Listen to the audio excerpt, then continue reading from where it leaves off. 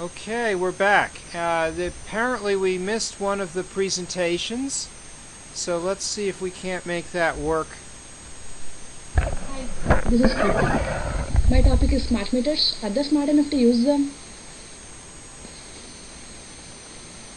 Like I explained last week, smart grid is mainly used to read usage patterns of power. Secondary usage of smart grid is to restore power supply by using switches during outage. This is also used to integrate power generated by different renewable energies like solar and wind.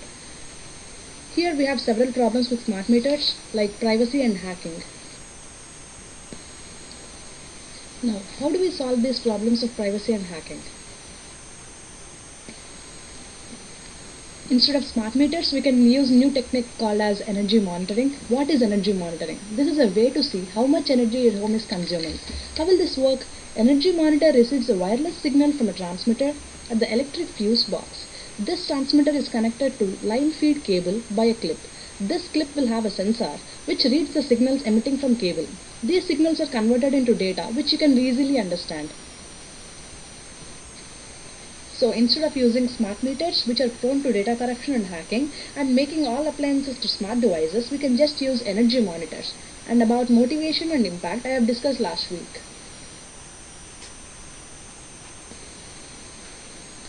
Is this project patentable?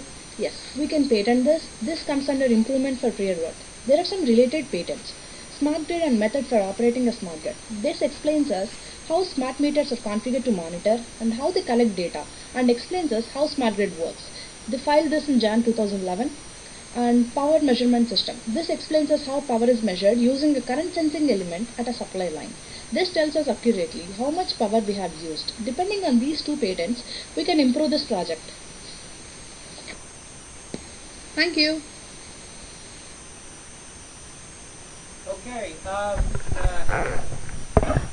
what do you think of that presentation there?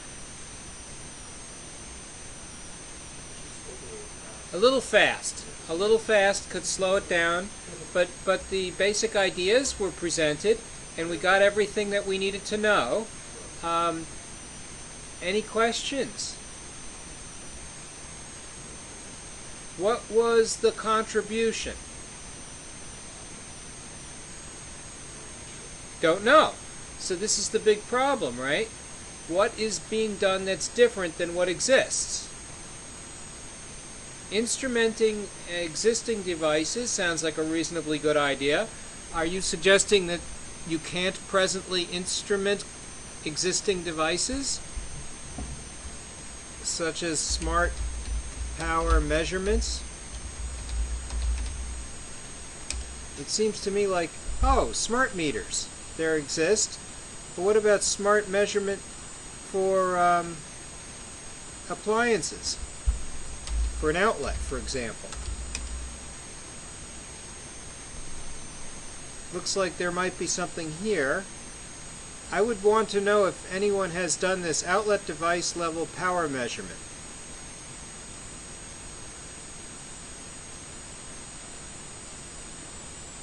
So I would do a search on Google and see if my idea was already done. If someone had already done it, then I would say, okay, what am I doing that's different? And if the answer is, well, I'm making it so it's hack-proof or maybe more secure, that might be the only contribution. But that might be enough. So if the contribution is we're doing per outlet power sensing, or POPs, which is a trademark term, then in effect we have a mechanism which perhaps can use secure means of communication to some central computer. And maybe all of these others are not secure. And that's enough of a contribution so that you can get a patent, even though you might say, well, gee, it doesn't seem all that, novel. It doesn't have to be. Just as long as your contribution is somewhat different. What I'd like to do now is I'd like to discuss with you a little bit about what it takes to write a patent. You now have this idea. You've expressed the idea, hopefully so that it's your own in some sense. Now you want to lay claim or ownership to the idea so that if others infringe upon it, you can sue them. A patent is a license to sue. It's not a license to make money. It gives you what are called offensive rights. The ability to sue others is very offensive, right? And you can also tell them to stop producing stuff which infringes on your patent. In order, according to the patent law in this country, you cannot obtain triple damages from somebody who infringes on your patent unless you tell them. That means you must give them what they term in the field actual notice. The question of what actual notice constitutes legal actual notice is open. We know, for example, that if you have a server that is an individual who goes around tracking you down and explicitly handing you papers and says to you, "You have been served," that is actual notice. If you send somebody an email and say, "I have a patent on this," maybe that's not actual notice. If you call them on the phone and there's no verifiable way to show that they got notice, maybe that's not actual notice. If a lawyer sends a certified notarized letter to the company telling them to cease and desist, that is actual notice.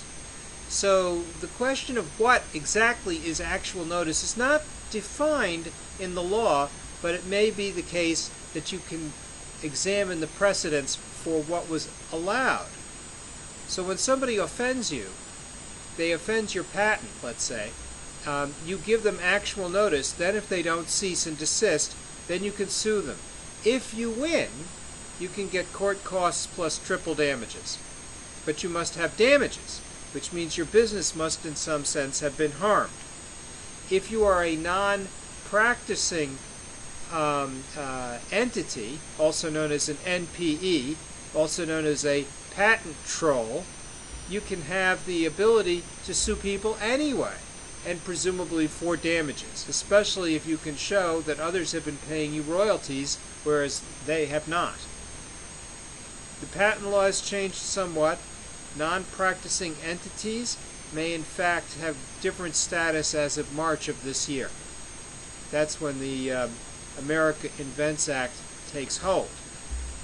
Meanwhile, if what you want to do is file a provisional patent application, there's no such thing as a provisional patent, but there is such a thing as a provisional patent application. If you file your provisional patent application, you can then get a patent number. The provisional patent application number, allows you to say that your patent is pending, which announces to the world that your idea has been locked down and filed with the patent office. Doesn't allow people to see it, but it does allow people to know that your idea has been locked down. You then have a year to file what's called a regular patent application, or RPA. So your first step might be PPA, provisional patent application. Your second step might be RPA, if you decide the provisional patent is something you want to turn, provisional patent application is something you want to turn into a regular patent. The costs involved can be astronomical when you get a lawyer doing this. But if you do it yourself, you have what's called the small entity fees, which run about $110, and you can file your own provisional patent application. And then when you try and build the business up over the next year, you can show that it's worthwhile, because the decision to get a patent is not just a legal decision. It is first and foremost a business decision. And the decision to spend a whole bunch of money on your idea should be based on the idea that that idea will get you some money in return. That is to say, you need a return on your investment. If your idea to create a force field that deflects objects in space is not an idea that you can sell to NASA, don't bother spending money on a lawyer to patent it, because the lawyer will charge you $350 an hour. That's a more recent price quote I just got from a patent agent out of Norwalk.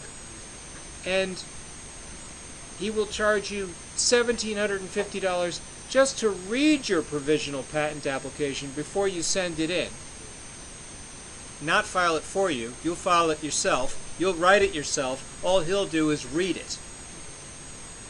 And then if you want to go file it later, well, then he's going to charge you more. Figure spending about 10 grand filing this patent and on lawyer fees.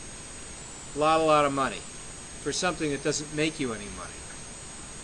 But, on the other hand, if you are representing yourself in Latin, you are what is called a pro se, or for yourself. A pro se filing is a very inexpensive filing for a small entity, that is you, the inventor. So, what I thought I would do is run down for you this basic idea as soon as I find it. It's in here somewhere. Drafting the patent. I put it in the Dropbox so that you can download it on your own if you want to later.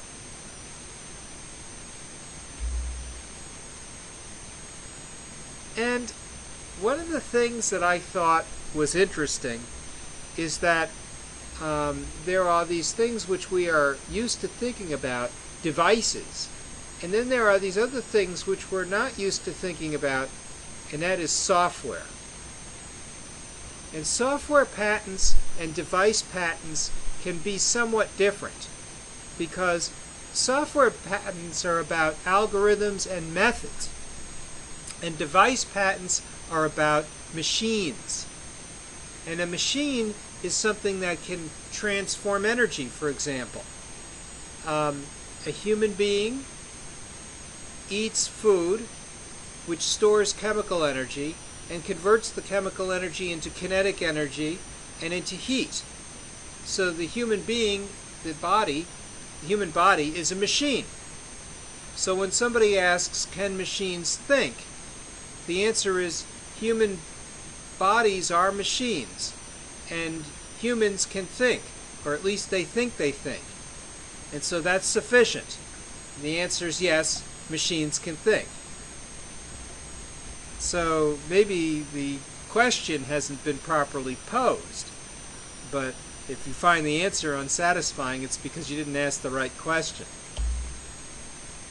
So what I wanted to do first is tell you I am not a lawyer, and I am not a patent agent, and I cannot assist you in general in writing a legally correct patent. What I can tell you is what I know about patent law, based on the fact that I've filed patents before. My most recent patent in force is a patent that was issued in the United States, in Canada, in Japan, and in the PCT, or Paris Convention Treaty, which includes 17 member nations. That means but not China. That means anywhere, except for China, that participates in any of those patent offices or their areas is going to have to pay a royalty to the assigned entity. So now when you think about a patent, you think about two different entities, right? The first entity is the inventor or inventors, actual inventors, which will be named on the patent. These are protected according to the Constitution of the United States, which explicitly mentions inventors and having their ideas protected. And then there is the assignee of the patent. If you start a company, your patent will be assigned to the company, which means the company has the patent as an asset. If you work for another company, they, in turn, will take the assignment from you. I know one guy who works at a large company near here. He has 44 patents. He is the named inventor. But he has no assignment on any of the patents. What that means to him is that he can't get any of the benefit for the money.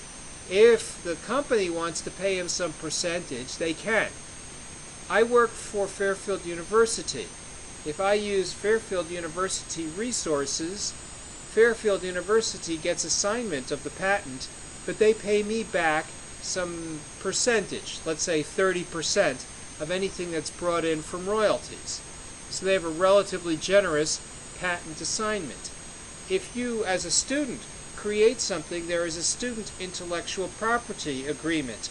The university lays claim to none of it unless you use university resources to develop your invention. So your invention that you do here without the use of extraordinary resources like laboratory equipment or grants, that's yours. And I've been pushing for student intellectual property so that students can keep it. Right? The university is not hiring you. In fact, it's the other way around. You're hiring the university. You're paying to go here. Therefore, the invention should belong to you. That's not to say that your invention will be worth anything, but it has the potential to be worth something.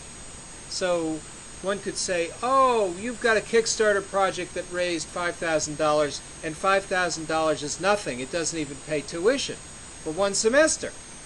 But on the other hand, there's potential to create a business that can grow. And so what you're really doing is you're starting a business. And so then the question is, what's the difference between innovation and commercialization? Big difference. Big difference between a prototype and a product. Big difference between a patent and a business. Big difference, right, between taking something that's just an idea that you had in the shower and turning it into a patent, and then taking the patent and building a business around it based on some prototype that got turned into a product that then got sold to customers, and then handling customers. Different thing, right? I run an Inventors Association of Connecticut meeting, and I also happen to be the president of the Inventors Association of Connecticut. And I can tell you, a lot of inventors are really bad entrepreneurs. Invention and commercialization are completely different skills, and people who are good at one are not necessarily good at the other. In fact, many patent holders do not want to start a business. All they want to do is license. It's very hard to make big money just licensing out your patent.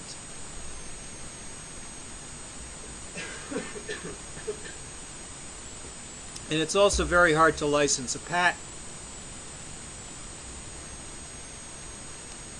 A lot of times inventors totally fall in love with their invention. Never make that mistake. Right? Your idea is worthless. No kidding. My idea is worthless. The only thing that's going to make it worth something is if you have sales. And the only way you can measure those sales that's going to be meaningful to any investor is in dollars. Nobody cares how many units you sold. All they care is how many dollars you've raised and how quickly you're able to grow your sales. You can value a business as a multiplier of sales. But if you have nothing but a patent, it's almost impossible to value the business. You can value a business even more highly if you have profit. And you can do it as a multiplier of profit. And that multiplier will be a function of how fast the profits are growing. When you have accelerated growth, then accelerated revenue growth, or ARG, as they say, that allows you to multiply your earnings after your costs with a much higher rate. Usually you can do something like twice the growth rate and still have a relatively cheap valuation for the company. So if you're thinking in terms of growing at, let's say, 10%, that's a reasonable growth rate. If your PE ratio can run up to like 20 times the price divided by the earnings for a stock price, if you have a stock, then that's considered okay, not terribly overpriced. But it depends who you ask. That's a formula that Peter Lynch used in his book One Up on Wall Street. So what the patent gives you the right to do is it gives you monopoly rights. It gives you offensive rights. It gives you the right to sue others. The provisional patent, which is yet to be issued by the Patent Office, gives you very few of those rights. But at least you've laid claim to having the invention and visiting the Patent Office before others. It gives you priority. Having priority is so important when you're going to try and enforce those rights and prosecute the patent. Patent lawyers will always tell you to get professional help. I'm here to tell you that's probably not a bad idea unless your goal is just to try and write your first patent and see if you can get it issued. If that's all you want to do, it's worth trying to do it. It's almost like going to the School of Hard Knocks, paying the patent fees and seeing what the Patent Office will do. For sure, the Patent Office will not just issue the regular patent application without some what they call office action. And how you respond to that office action in time, and usually you have like 30 days to respond, that will depend upon that will determine whether you get to keep your patent or not. Patents have a title. Patents have a list of inventors. Patents have an abstract, which basically describes the invention.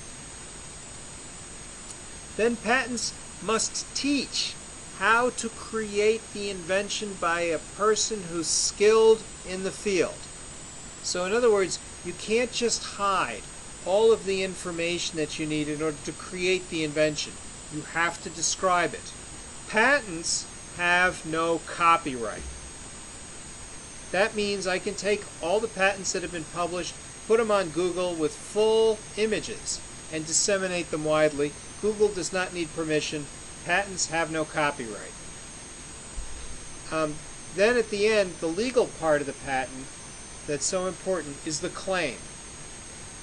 Some people say you can issue a provisional patent application without any claims. Others say it's good to have at least one. The goal of the claim is to make it as broad as you possibly can make it. A basic method patent might be anything that does any range finding using diffraction. That was a patent issued in 1987. That's a basic method patent. Anyone who uses the method at all for diffraction to do range finding infringes upon that patent. Patents have a limited life. The patent only lasts 20 years. So now the patent is in the public domain, and anybody can make use of diffraction to do range finding. There's an oath of the inventors that say, "I am the inventor."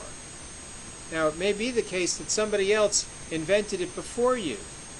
Up until March, the first to invent is the one who can issue the priority in this country. Now in March, when the America Invents Act kicks in, it'll be the first to file, not the first to invent.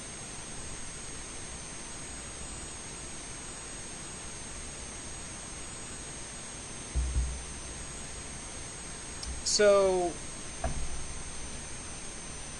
big question is, what is it you're trying to patent?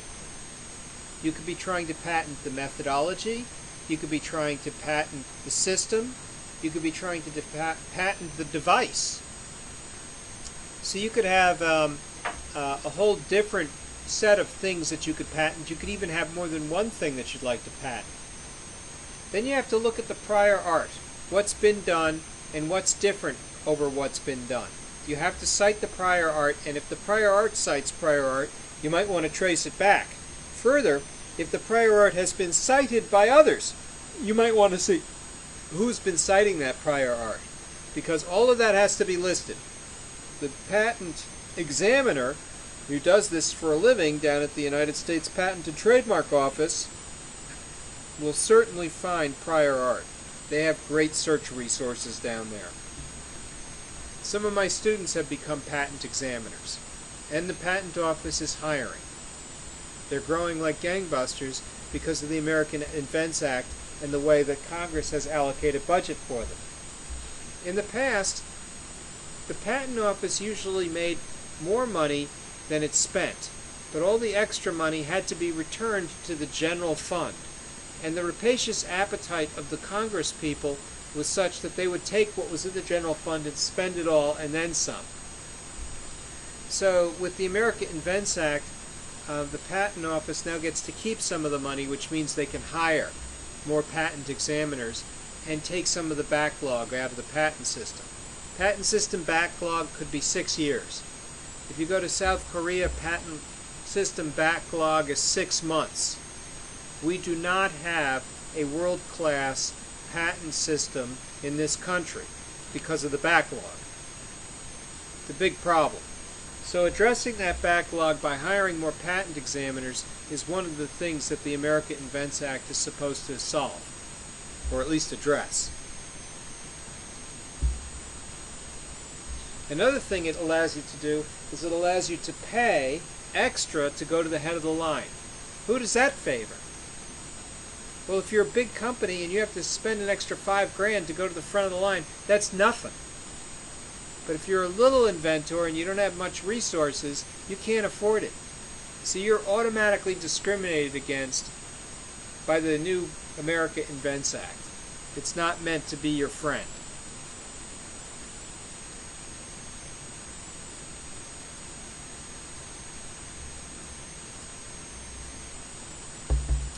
If you're going to do a method patent needs some sort of an algorithm description. One way people use to describe algorithms is flowcharts. I've seen patents which came with CD-ROMs filled with code. You know that if you want to gain access to that CD-ROM, you have to go to the United States Patent and Trademark Office physically. They call it Crystal City, and it's down in Washington. So it's a bit of a haul. And in some sense, they've created a way to file everything you need to create the device, but they made it difficult to access because you can't just download the data. Figures. They used to say figures have to be written in Indian ink, you know, dark black ink. But now everybody uses a CAD tool to do their figures. And if you can use a CAD tool at all, you can do your own figures. But they have to be clear. They can't be color. They have to be black and white line drawings. The exception is when you're doing botanicals, you can file patents on flowers. And you can show color pictures now for flowers. So that's one of the things people can patent now, is life. You can patent life, especially if you've invented it by virtue of genetic manipulation. So the patent system has kind of gotten updated a little bit. If you've got something where you cross-pollinated a couple of interesting roses and now you've got a new color that no one has seen before, you can patent the flower.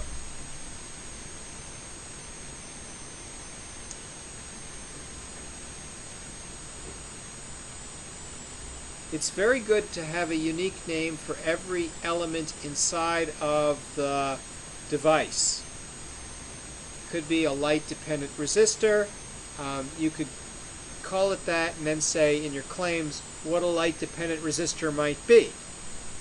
Maybe it's a cadmium disulfide cell, maybe it's a selenium cell, maybe it's a solar cell, maybe it's a, you can list them all. List every possible light-dependent resistor.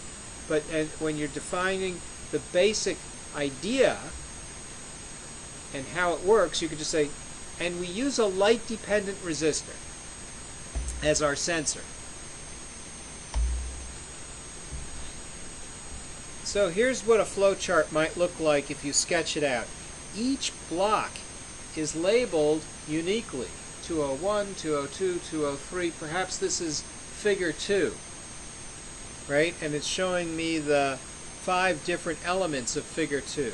Then in the narrative, I have to make reference to every single element. So I could say, block 201 is the display reference document, which shows blah, blah, blah, blah, blah. Right? That's a perfectly valid way to write the narrative. The figure lets you write the narrative the narrative almost writes itself once you have a good set of figures. Here's, I'll call it figure 3, and what it does is it may, give you more detail. It may give you additional steps to perform. It may give you what I would call what you need in order to be able to implement the code that captures the basic idea. Software patents, by the way, have been around since the 60s. Some of them were rewritten so that it looked like they were based in hardware, because it used to be you weren't allowed to get a software patent. But then the Patent Office caught wise to it in the late 70s, and then it became permitted.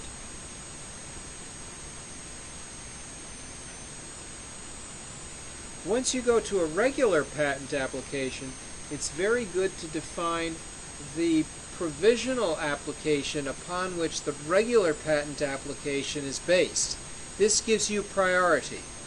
So if I file a regular patent application today, but I filed a provisional patent application less than a year ago, I would cite the provisional patent application. If a year from now, a year after I file a provisional patent application, I select not to file a regular patent application, if I've told no one, if I've never offered it for sale, if I never published anything about the invention, and if no one is using it at the moment, I can file another provisional patent application. In other words, you basically hit the snooze alarm and you can go to sleep for another year. The provisional patent applications that you are filing go into what's known as the file wrapper. The file wrapper is basically a file that gets mounted in the Patent and Trademark Office and can be referred to and found by a court of law, a patent examiner, a subpoena held by a lawyer, and is otherwise not widely available, not published, and not known to the public. So those provisional patents that you've been filing, nobody will ever see, unless there's some extenuating circumstance that causes them to want to see it, like you're suing somebody and you want to prove priority. So in effect, being able to lay claim to the old provisional patent application gives you what I would call a priority date. We can prove when you filed, we've got a patent, a provisional patent application number, and we will reissue a number when the regular patent application is issued. Field of the invention, that's one of those things where you can use the, I'll call it, there's an examiner's manual which lists all the different fields, all the different categories, and you want to be able to try and identify the field and category of your invention by number. And there's a rather long, complicated number that's used to uniquely identify all the fields. So it's really good if you can find what the field is for your invention.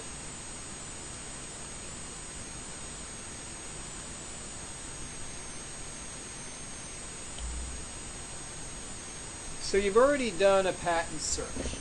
You've already decided your invention makes a contribution that's different. It's perfectly valid to say, my patent is just like the Kodak patent, with a difference. And the difference is they use hardware and I use software. And that's it. Now you might say, look, that's obvious. And a patent is supposed to be non-obvious. But if it solves an important problem that Kodak had to deal with, it must be the case that somebody else must have done it, and if nobody else has done it, and you can't find it in the literature, maybe it isn't obvious. Now, you could still get an office action that says it's obvious, but then you can try and fight the office action.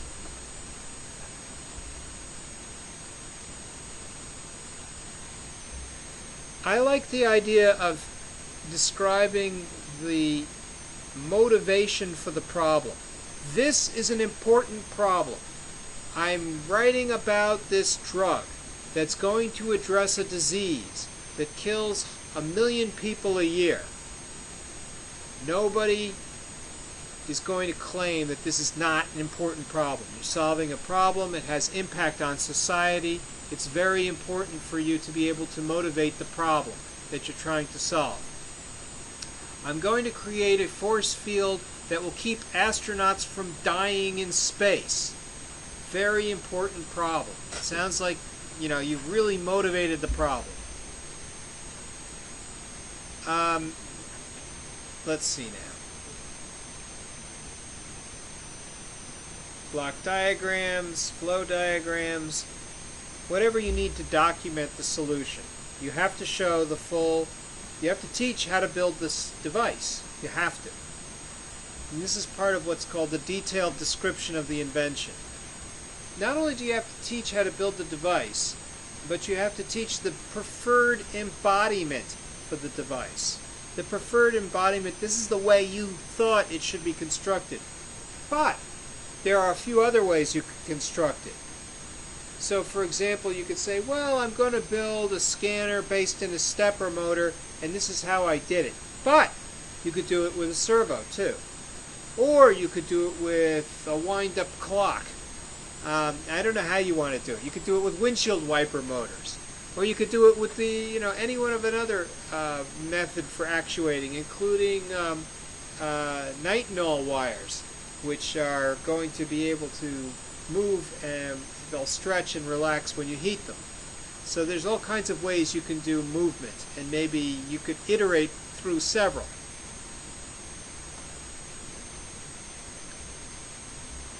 Examples are really important. The more examples you can think of, the better. That way it makes the patent broader.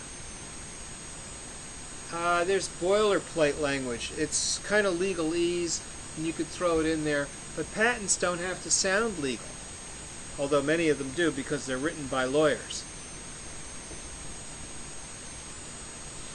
Let's see now. Embodiments. Embodiments are ways in which you can build the device.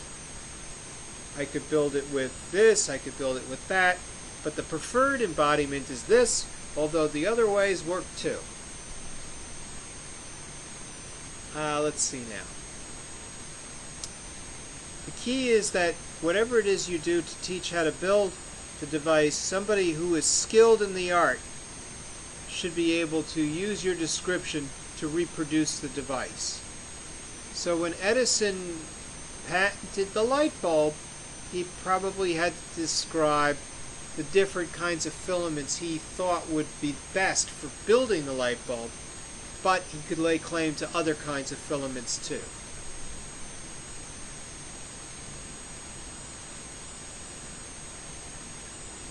How am I doing on time? I got till 2:30, right? 2:20? Yeah, I got time. Let's see now.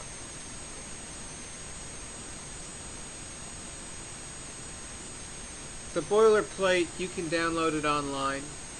Oh, and you can get books on how to write a patent.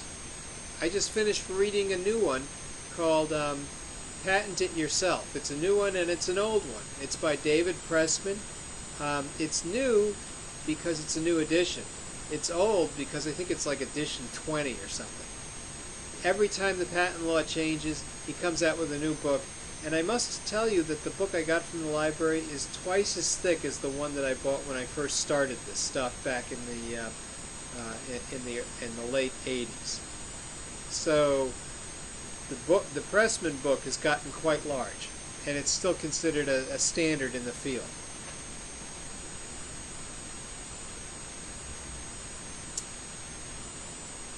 If you've never written a patent yourself, it might make sense to hire a patent attorney. They'll guide you through it. Or you could take a whole course on it. And we teach a course here in the graduate school from the MOT program. And if you're in the ECE Master's program, you can take that course for credit as an elective. And the guy who teaches it, Mike Blake, is a patent attorney, and every patent attorney has an engineering degree, generally a bachelor's. So for example, Mike Blake has a bachelor's in mechanical engineering. So if you have an invention that's software, don't go to Mike Blake, because he's a mechanical engineer. If you have an invention that's electrical, go to a patent attorney who has an electrical engineering bachelor's. John Yankovich is a partner in a law firm who works at IACT for free as a board member, and he has an electrical engineering bachelor's degree. Make sure whoever you pick for your patent attorney can understand the idea without too much explanation. I've hired patent attorneys who took retainers that were not refundable, and then I found out they forgot all the math they ever knew. They had no business taking the money, and they never gave it back. Those patent attorneys don't get invited to IACT meetings. Don't sue patent attorneys. They're lawyers. They live for getting sued. They love that. So be very careful about who you pick for your patent attorney. That is the kind of business mistake that'll kill a business. There are certain invention help companies which are scams. Steer clear of those things. Your best bet is to come to IACT meetings, which are free, and network with other people, other inventors, other lawyers, and ask around about what to do if you're planning on commercializing your invention. So if the Ytricity shield, Raoul, is something that you're thinking can become the next big product, then, well, maybe, then you want to be able to make sure that you can file it with a provisional. A publication is a positive barrier to patentability. So if you publish this, you've got a year. After a year's time, if you don't file a provisional, you've lost the idea. Go to the next idea. So if you're publishing, if you're offering for sale, you're essentially getting a clock that starts to tick for a year. After that, you've got to file your provisional.